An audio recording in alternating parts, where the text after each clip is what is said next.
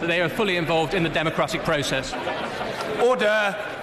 Questions to the Prime Minister. Mr. Stephen Doughty. Question number 1, Mr. Speaker. Thank you, Mr. Speaker. This morning I had meetings with ministerial colleagues and others. In addition to my duties in this House, I shall have further such meetings later today. Stephen Doughty. Mr. Speaker, we have no clarity on access to the single market, huge disadvantages still in energy costs, and foreign steel being used in our key defence projects. Yes. We know the Prime Minister likes to try to channel the Iron Lady, but when is she going to show some mettle in standing up for British-made steel?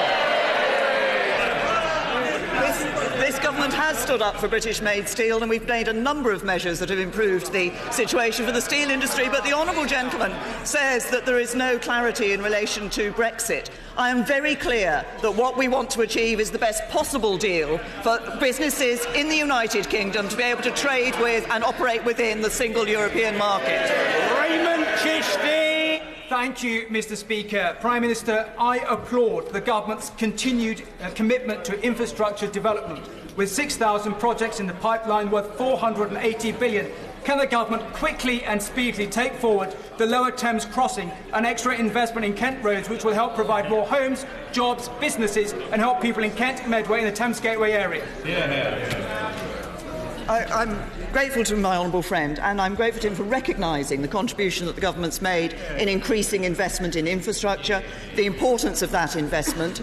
We have consulted on proposals around a Lower Thames crossing. There were more than 47,000 responses to that consultation. Those are now being considered, and my right honourable friend, the Secretary of State for Transport, will make his response to that consultation in due course.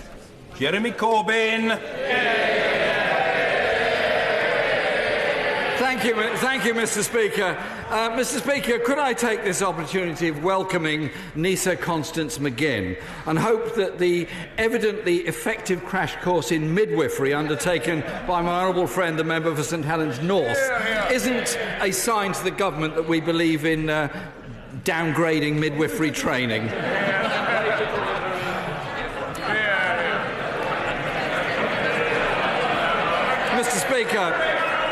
Mr. Speaker, just a few months ago on the steps of Downing Street,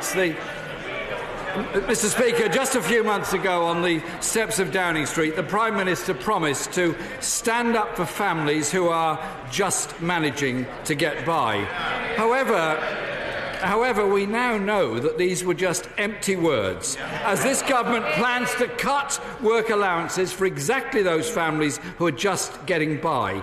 Isn't it the case that her cuts to universal credit will actually leave millions worse off? Yes. Well, first of all, can I congratulate the right honourable gentleman on the birth, I understand, of his granddaughter? I'm sorry, in that case I'm completely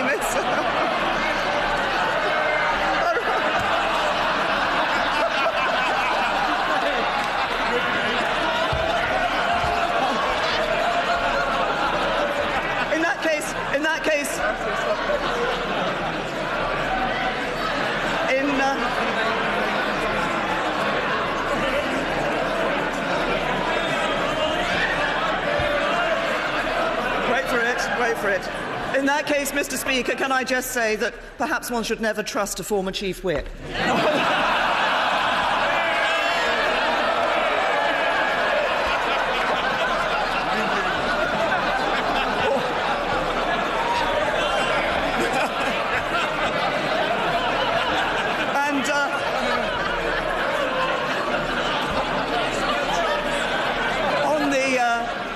On the point that the right honourable gentleman has raised in relation to universal credit, the introduction of universal credit was an important reform that was brought about in our welfare system. It's a simpler system so that people can see it much more easily where they stand in relation to benefits. And crucially, the point about universal credit is making sure that work always pays. As people earn more, as people work more, they earn more. It's right that we don't want to see people just being written off to a life on benefits, that actually we're encouraging people to get into the workplace. Mr. Speaker, it's a bit unfair to blame a former Chief Whip for some little bit of confusion. Very ungallant. Can't we just admire the member for St Helens North on his work?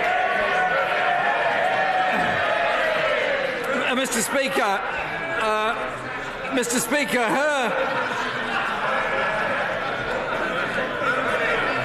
it's extremely rude to point. Mr. Speaker, her predecessor abandoned these same cuts to working people through the tax credit system. Now she, as Prime Minister, is enacting them through universal credit. The Centre for Social Justice says these cuts will leave 3 million families £1,000 per year worse off. Why is the Prime Minister slipping the same cuts in through the back door? Well, I have to say to the right honourable gentleman, at least my former Chief Whip has got a job. Can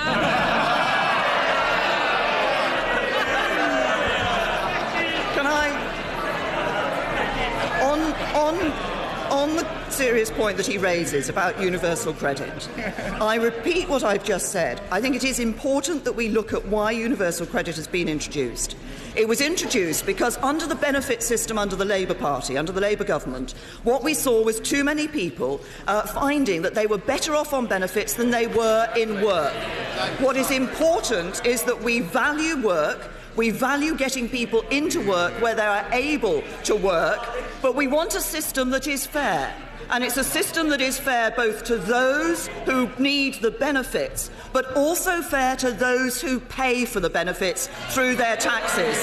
And there are many families struggling to make ends meet who are paying for the benefits of others. I want a system that's fair to them as well. Jeremy Corbyn! This week, Mr. Speaker, Oxford University studies found that there's a direct link between rising levels of benefit sanctions and rising demand for food banks. 1 million people accessed a food bank last year to receive a food parcel. Only 40,000 did so in 2010. I welcome the government's promise to review the work capability assessment for disabled people, but will she further commit to reviewing the whole punitive sanctions regime? It is absolutely right that in our welfare system, we have a system that makes sure that those people who receive benefits are those who it is right to receive benefits. Well, that's why we have assessments in our welfare system.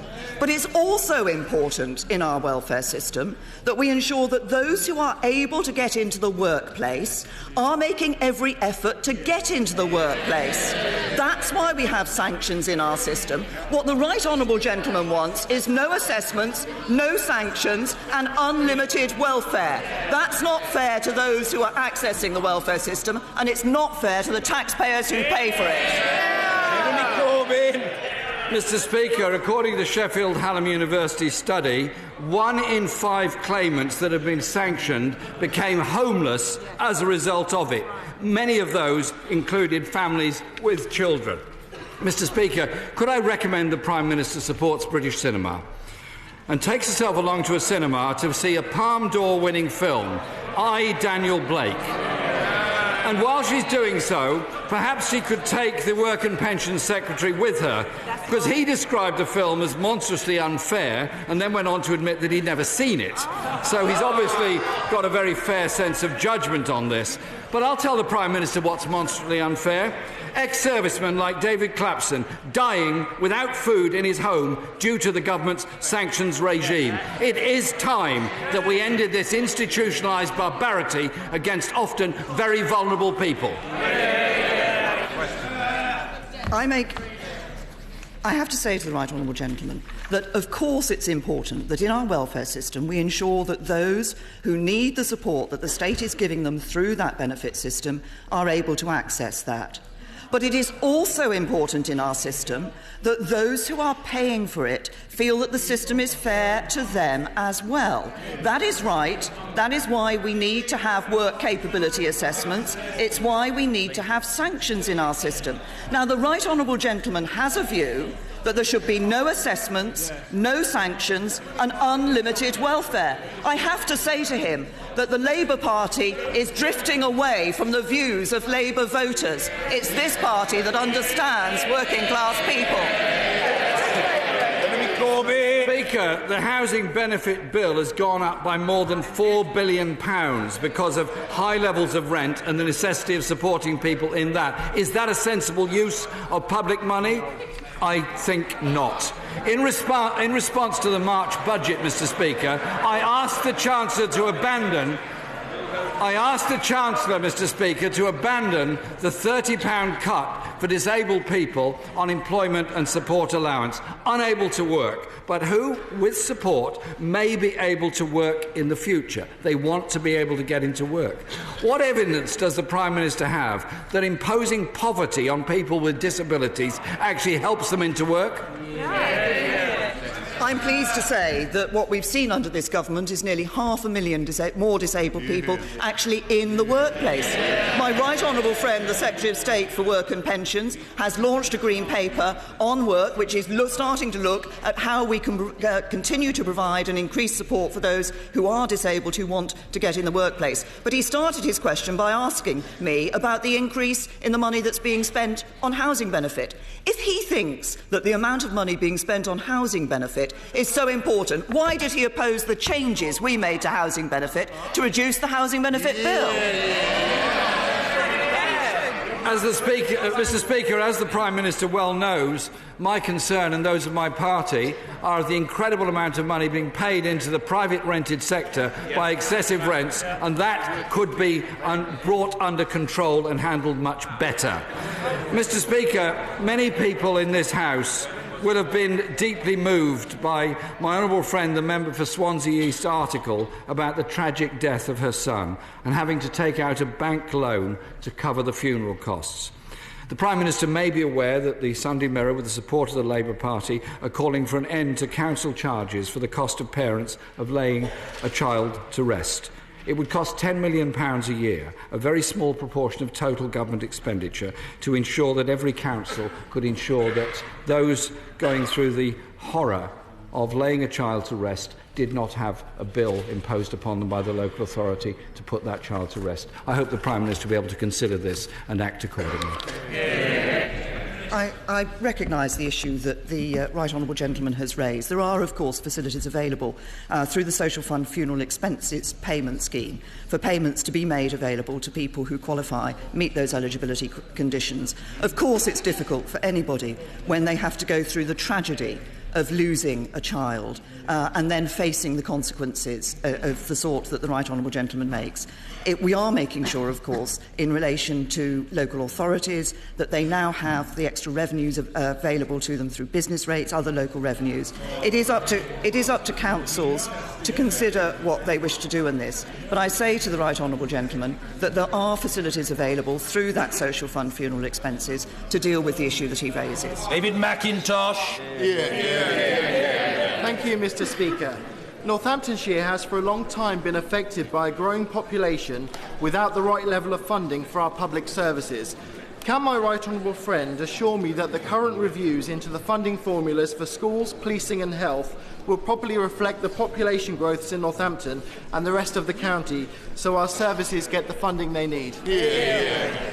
Well, I can say to my honourable friend that, of course, we have protected the schools budget in relation to funding paid per pupil. We're protecting the police budget. But, of course, as we look at the various ways in which we're funding public services in his constituency and in the county of Northampton, we will, as we look at these various formulas, be looking at that very issue of what is right in terms of the need of the local area and the numbers of people there. So Angus Robertson. Thank you, Mr. Speaker. It's with sadness that we learned of the death of a serviceman in a live firing exercise, and the range in Tain, and no doubt the Prime Minister and honourable and right honourable colleagues across this House will extend their condolences to the family, friends and colleagues of the serviceman who has died so tragically. The Prime Minister says that she wants to tackle international and domestic tax avoidance and serious criminality. We on these benches support this. If she was told that specific UK financial vehicles are being used for tax avoidance and other serious criminality, what would she do about it? Can I first of all say to the right honourable gentleman that I am sure, as he says, the whole House would wish to pass on our condolences to the friends and family of the serviceman who has died at the Tain range. He mentions tax avoidance. Yes, indeed, we have done a significant amount in relation to tax avoidance. He says, what should anybody do if they've got evidence of people actually avoiding tax? I suggest he speaks to HMRC. Mr. Angus Robertson. Scottish Limited partnerships were established by this House in 1907, and they are being aggressively marketed internationally, especially in Eastern Europe. The International Monetary Fund has warned of the risk posed by SLPs in the fight against global money laundering and against organised crime. It is now a matter of public record that SLPs have acted as fronts for websites peddling child abuse images, and that they have been parts of major corruption cases in Ukraine, Uzbekistan, Latvia, Moldova, and include the arms industry. Now, given the seriousness of this issue, the Prime Minister's commitment to deal with criminality, but the lack of progress on SLPs, will she agree to meet with me to discuss a joint way forward? The right honourable gentleman raises issues around criminality and investigations into criminal activity that's taking place, and he talks about the issue of websites peddling child abuse and child sexual exploitation. It is precisely in order to increase our ability to deal with this criminal activity that we created the National Crime Agency, that we have been ensuring that we have been working on other issues with the City like money laundering, and we are looking at the whole question of how we can ensure that we're taking effective action on criminal activity. And I'm pleased to say to the right honourable, he keeps saying, will I meet with him? As he knows, I do meet with him on occasions. I'm always happy to meet the right honourable gentleman. But if he wants to talk to me about dealing with criminal activity, then I will be able to tell him about the work that has been done over the last 6 years under this government in terms of the National Crime Agency, working with the City on money laundering and enhancing our ability to deal with exactly the sort of criminal activity he's talking about. Posey. Thank you, Mr. Speaker. Does the Prime Minister agree that it's disappointing that we didn't hear from the Leader of the Opposition any welcome for the huge boost to manufacturing and employment that's come from Nissan's decision to produce 2 new models at their factory? Does she agree that demonstrates great confidence in the UK with benefits throughout the supply chain, including companies like Automotive Insulations in my constituency? My honourable friend is right in 2 senses. First of all, it's extremely disappointing that the right honourable gentleman, the Leader of the Opposition, hasn't actually welcomed, unlike his colleague, the honourable member for, I think, Sunderland West and Washington, who has welcomed the fact that these jobs have been saved in her constituency and in the supply chain around the country. And it's that supply chain which is every bit as important. And I say to my honourable friend that I know that Automotive Insulations in his constituency are receiving money as part of a project funded through the Advanced Propulsion Centre, and I wish them all the very best for the future. David Simpson. Thank you, Mr. Speaker. What assurances can the Prime Minister give to the agri-food sector right across the United Kingdom that it will be given the important status that is required when it comes to any Brexit negotiations? I can absolutely assure the honourable gentleman that we're determined, first of all, to get the best possible deal on exiting the European Union for the British people. We're looking at the various sectors. We're very conscious of the importance of the food and agricultural sector across the United Kingdom, but obviously particularly of the importance of that sector to Northern Ireland. And we will be doing everything we can, first of all, to listen to the representations made by the Northern Ireland Executive, but then to ensure we get the best deal possible for our agri-food sector.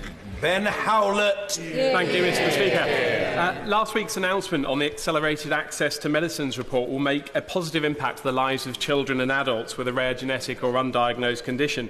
For decades, patients have struggled to get access to medicines in a timely fashion, and the progress made by my honourable friend for Mid-Norfolk will really make a massive progress on that. Will the Prime Minister confirm that if the programme is successful with the first 5 to 10 drugs in the first year, that it will be extended to further drugs in the following years? Well, my honourable friend's right to welcome the accelerated access review that has taken place. He's also right to pay tribute to our honourable friend, the member for Mid-Norfolk, who's done so much to place life sciences in the UK on the agenda and to ensure that we are able to see the UK developing as the best possible place to develop new drugs, which is exactly what we want to see. As regards the recommendations from the review, the Department of Health will be looking at those and responding to those shortly, but I think that this is an important development in terms of our ability to accelerate that access to drugs, which is to the benefit of patients. Callum McCaig. Mr. Speaker, recent weeks have seen 3 government ministers express 3 different views on what will happen, while industry cries out for clarity. Not Brexit, surprisingly enough, but the oil and gas industry. So can I ask the Prime Minister, will she bring forward additional support for this industry in the autumn statement, or is she happy to sit back and see thousands more jobs lost? I say to the honourable gentleman that, of course, we understand that the challenges that the UK oil and gas industry are facing, and those are, of course, we take those very seriously. But I also say to him that's why we've established the Oil and Gas Authority. That's why we've taken action, the £2.3 billion package of measures in the last 2 budgets, to make sure that the North Sea continues to attract investment and to safeguard the future of this vital national asset. There's a range of measures that we have taken. We understand concerns around the oil and gas industry, and that's why the government has already taken action. Hilly Tolhurst.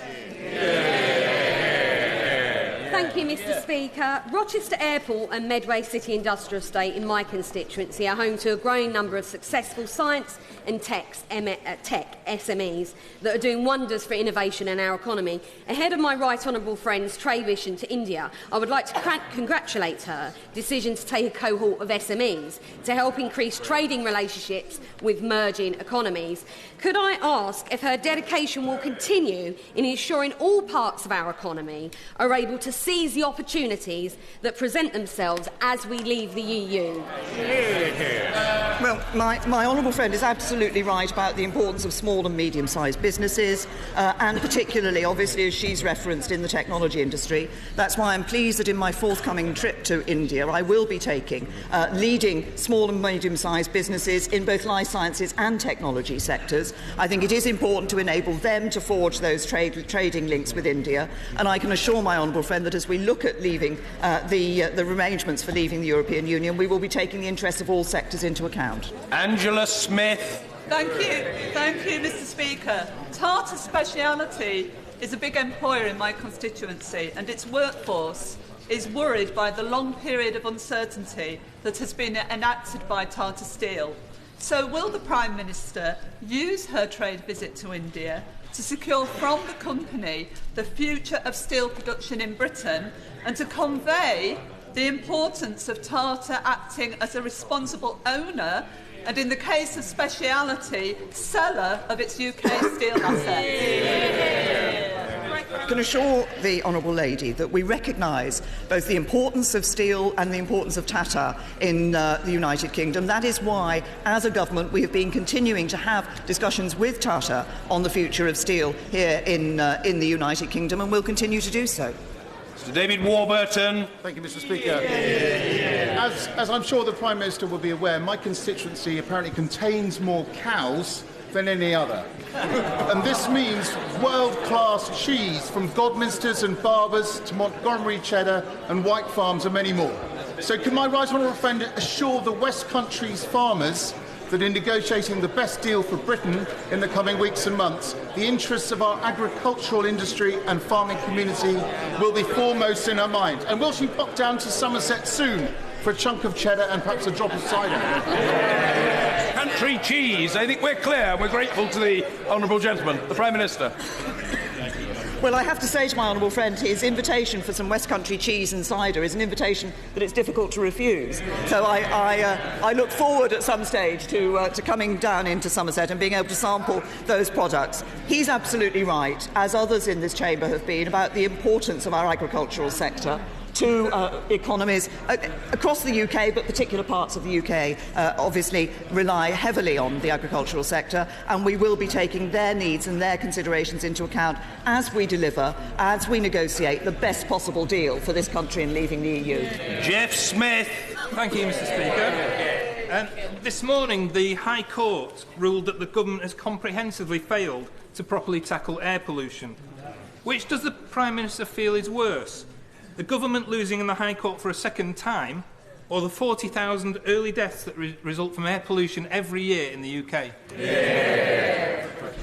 Well, as I've been asked about air quality in this chamber previously at PMQs, and I've always made clear that we recognise that there is more for the government to do. We have been doing a lot in this area. We have been putting extra money into actions that will relieve the issues around air quality, but we recognise that DEFRA now has to look at the judgment that has been made by the courts, and we have to look again at the proposals that we will bring forward. Nobody in this House doubts the importance of the issue of air quality. We've taken action, there's more to do, and we will do it. Mr. Robert Courts. Thank you, Mr. Speaker. The Prime Minister will remember visiting the Witney constituency recently. I'm pleased to report that Chipping Norton has been shortlisted for the Great British High Street Awards. Does she join me in congratulating the small businesses of Chipping Norton? And can she tell me what support government offers to the small businesses in our market towns? Can I take this opportunity, which is my first opportunity to, in this chamber, to welcome my honourable friend to this chamber and for his excellent result in the by-election. Can I just say his question brings back many happy memories for me, because as a child, Chipping Norton was indeed our local town, and I used to go there and spend my pocket money assiduously in the shops in Chipping Norton. So I've done my bit for his high street in Chipping Norton, and we're very clear as a government that the action we've taken on issues like business rates are there to help support small businesses. Well, we're always grateful for a bit of extra information. And we've now had it. Mr. Gavin Newlands. Thank you, Mr. Speaker. This government's record on immigration detention is disgraceful, with the UK being the only country in the EU with no time limit on detention. Amidst concern over plans to replace Dungavel with a short-term detention facility near Glasgow Airport, the people of Renfrewshire want no part in these inhumane and ineffective practices. Will she use the closure of Dungavel as an opportunity to rethink her detention policy and end this stain on our human rights record? The honourable gentleman will know that a lot of work has been done by the government on the whole question of immigration detention, and a number of changes have taken place. We had an independent review that took place about a year or so ago on the whole question of detention of people in the immigration estate. But what I would say to the honourable gentleman is this: that I think it is important that where there are people who are due to be removed from this country, and the prospect is that actually they could be lost to the system if they're not being detained, there are circumstances in which it is right to detain people in the immigration estate. Now, we need to make sure we've got that estate right. That's why a lot of work has been done on this. But the fundamental point is that I suspect he doesn't think we should detain anybody in relation to immigration enforcement. We believe there are those who are rightly detained before we remove them from this country. Charles Walker. Mr. Speaker, when people make fun of Christianity in this country, it rightly turns the other cheek. When a young gymnast, Lewis Smith, makes fun of another religion widely practiced in this country, he is hounded on Twitter by the media and suspended by his association. For goodness sake, Mr. Speaker, this man received death threats and we have all looked the other way. So my question to the Prime Minister is this: what is going on in this country? Because I no longer understand the rules.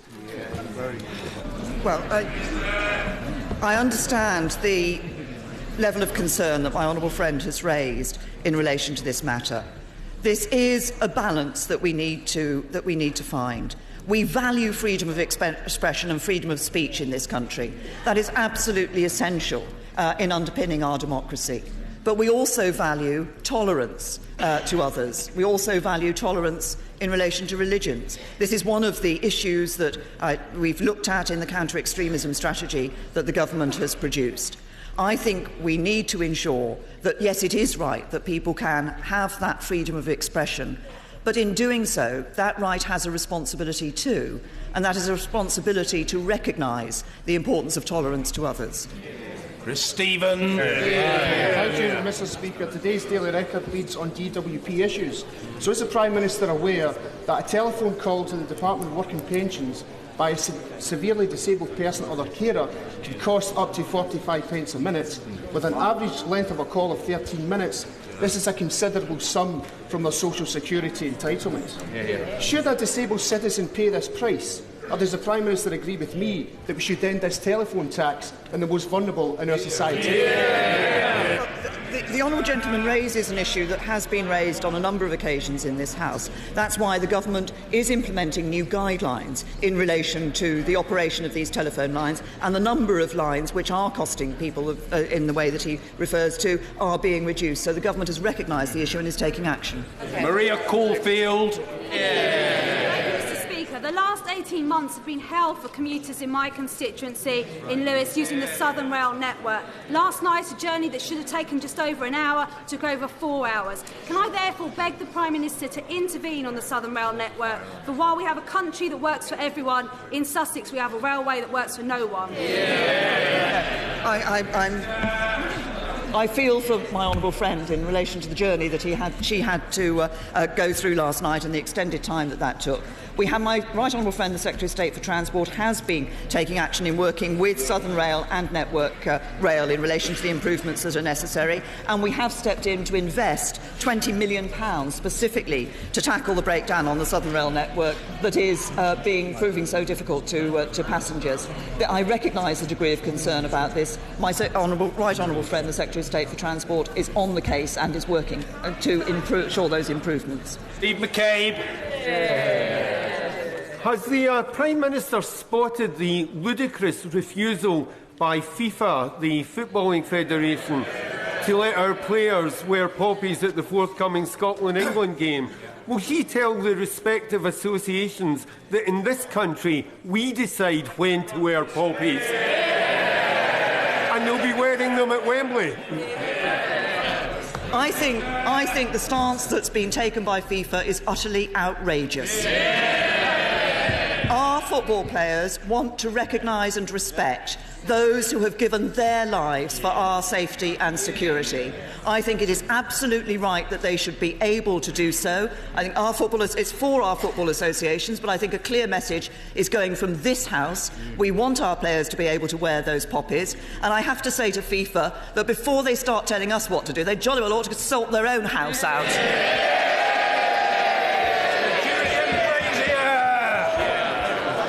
Speaker, could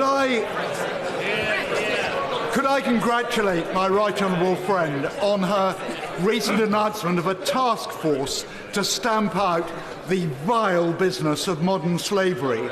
And would she join me in congratulating my constituent Mike Emberson and the Medai Trust on their 10 years of work with the victims and the 70 places they now provide across their homes for these most unfortunate women? I'm very pleased to endorse the comments of my honourable friend. I've actually met representatives from the Menai Trust and talked to some of the victims that they have helped. It is absolutely right that we continue the momentum in our fight against modern slavery. This country is leading the world. We should continue that fight because sadly still too much slavery is taking place on the streets in the towns and villages of this country. That's why the task force that I've set up will continue that momentum. We will be relentless in our pursuit of ensuring that we eradicate modern slavery. Gordon Marsden. Thank you, Mr. Speaker. In July, the Armed Forces charity SAFO published its in-depth survey of nearly 1,000 working-age veterans. 85% of them thought the UK didn't give them enough support. Only 16% thought the Armed Forces Covenant was being implemented effectively. So what's the Prime Minister doing personally to change this? We absolutely recognise the debt that we owe to our veterans. That is why we have, in the Armed Forces Covenant and throughout the work that the Ministry of Defence is doing, increasingly recognised the support that is necessary for veterans. But he talks about what we can do. One of the things we can do is to help people who are coming out of the armed forces actually find their way into the world of work. That's why it's important both that we have a system that helps them to find the support that's necessary to get into the world of work, and also we have an economy that is providing providing the jobs that people need. Martin Vickers. Mr. Speaker, this week it is Offshore Wind Energy Week. The development of the offshore wind sector is vital to my Cleethorpes constituency. Can my right honourable friend assure the industry and my constituents that the government will continue to work with the industry to develop future jobs for the young people with a particular emphasis on training? Well, I'm happy to reassure my honourable friend that the government will continue to work with this industry. It has been an important development for the United Kingdom. It's been an important part of the amount of energy that we're now generating from renewables. But as he said, it does provide jobs, and we do need to ensure that we look at the training for people to be able to take up those jobs. That is why skills is part of the work that we're doing on our future industrial strategy. Mr. Nigel Dodds. Thank you, Mr. Speaker. Will the Prime Minister agree with me that it is highly irresponsible and indeed dangerous for people to talk up the prospects of increased violence in Northern Ireland as a result of us leaving the EU? That people should use the agreed institutions set up under the various agreements, not stand outside them or create new ones? And will she also agree that Brexit will not result in any change, alteration or impeding of the way regions, countries and people within the UK connect with one another? Well, I'm very happy to give the right honourable gentleman that assurance in relation to movement around the United Kingdom. There is no change that is going to take place, but it is right that what we're going to do in Brexit is ensure that it is a good deal for the whole of the United Kingdom. And those who wish to encourage violence off the back of that, frankly, should be ashamed of themselves. I think it's absolutely essential that we all work together to make a success of this and get the best possible opportunities for people across the whole of the United Kingdom. John Howell. Thank you, Mr. Speaker. Will she join me in praising Henley-on-Thames for receiving its first tranche of community infrastructure levy money at the higher rate because it has a neighbourhood plan? Will she join me in praising neighbourhood planning generally as the best means of giving communities a say over the planning system? Well, I'm very, very happy to congratulate both my neighbouring MP, but also to congratulate Henley-on-Thames for having that, for achieving that. And he's absolutely right. Neighbourhood plans are a crucial part of the planning system. That is the way in which local people can have a real say in what is happening in their local area. Dame Rosie Winterton.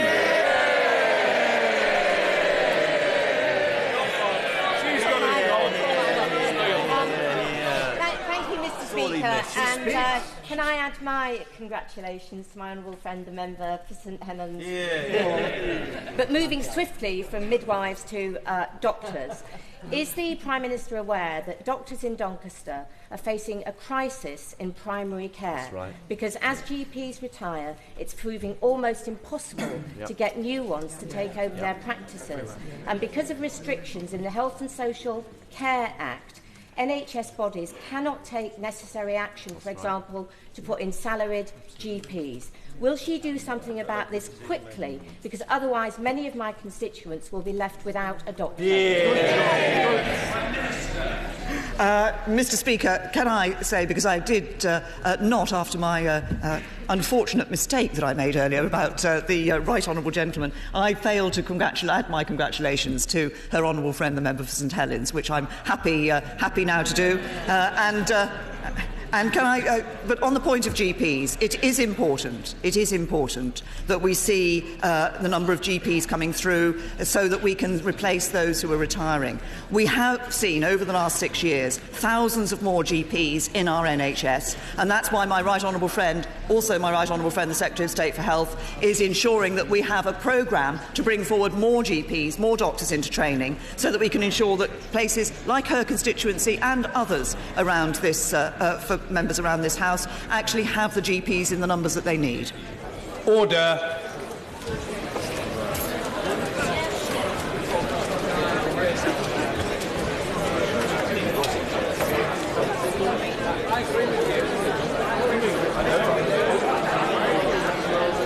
Well done, Johnson.